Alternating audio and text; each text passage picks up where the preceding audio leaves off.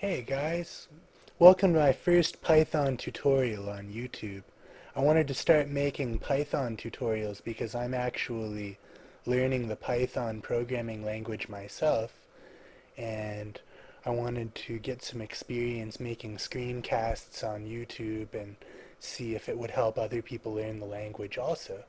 So I'm starting at the very beginning, so I'm actually about to download the interpreter. So I'll click on the newest version 251. And let's see if there's an installer. Yep, for x86, I'll just click on this one. So this is a very beginner-oriented tutorial, at least for now. Hopefully I'll have some more advanced ones later when I know what I'm doing a little better.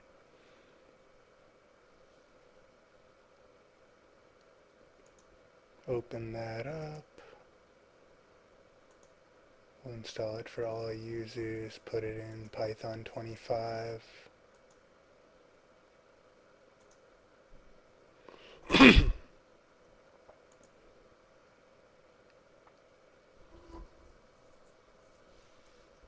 Alright, looks like it's done. Now, that's all there is to it as far as installing Python. I can go to a command prompt now, and I believe I can just do cd slash python 25. Oh, it's Windows, so I use a backslash, and I can just type in Python. This is the command line version. There's a GUI also that comes with the Windows installer, at least, called idle. So I can start typing things like a equals 3, now a will give me 3, right? A plus 5 gives me 8, and so forth. Control Z to exit out of that. So that's sort of our first look at Python. Now if I go into the Start menu where it installed, we see that, yeah, idle, the Python GUI, is right here. I'm going to open it up. And it does bring up this window, which basically is a wrapper for this Python interpreter. I can type the same kinds of things in here, just right here.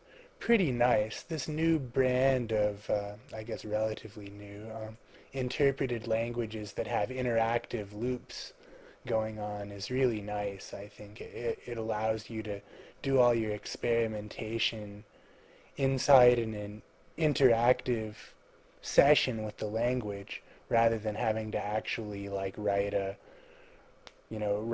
test function inside your code and compile and run it, and it's much less awkward. I think much more natural. So let's play around a little bit more with this. We have our like obligatory hello world, which can use single or double quotes, sort of the norm these days with PHP and the like. We can define a function. Let's define a function called sum. It's just really trivial example that takes two x and y, two numbers. We'll do the colon, and now it knows that we've created a definition, so it's going to indent for us automatically. Now in Python, indentation and style of code is actually part of the syntax. So if I didn't want to indent, that would actually change the meaning of the code. It would no longer be part of the definition. So I have to keep this indented, and luckily I like the way it looks, so that's okay. We're going to simply return in this function x plus y. If I hit enter a couple times, the interpreter realizes that I'm done defining my function. Now I can do things like sum 3 comma 5. You see that idle is giving me some autocomplete help, which is nice of it. And so there we go, our very first function. Pretty nice and pretty simple. Let's try something a little bit less trivial. Let's say the Fibonacci sequence. We'll say fib of n colon. Now we're going to want to see, we need a base case, so we'll say if n is less than or equal to 1, and put some spaces here for just to make it nice. We always do that colon that lets it know that the next thing is going to be indented and with respect to the thing that came before it. So this is now inside the if. If n is less than or equal to 1, we're going to return 1. Just return 1. Now it knows that we want to go back here.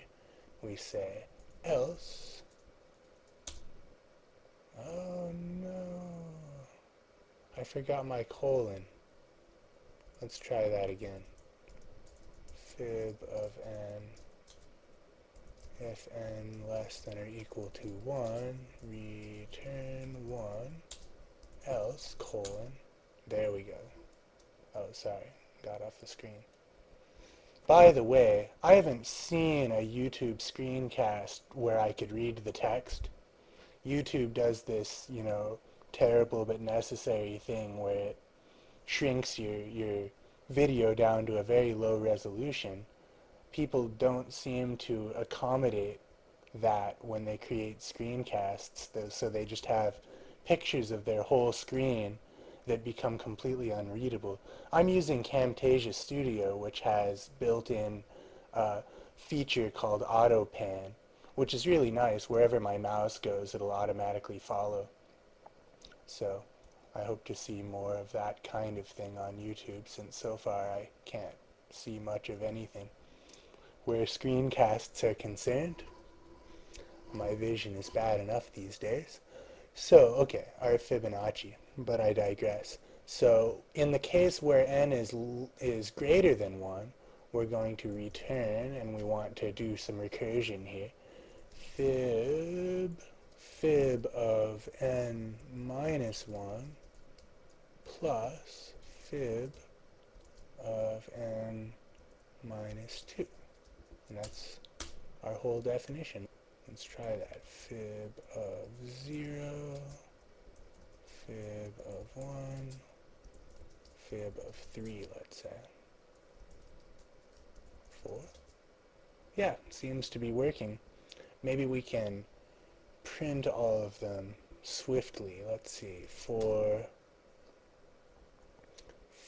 I in, and then we can define a sequence. We'll say range, and here it's cool. We see that start is optional, stop is not, step is optional, so we can print out the first 10, let's say.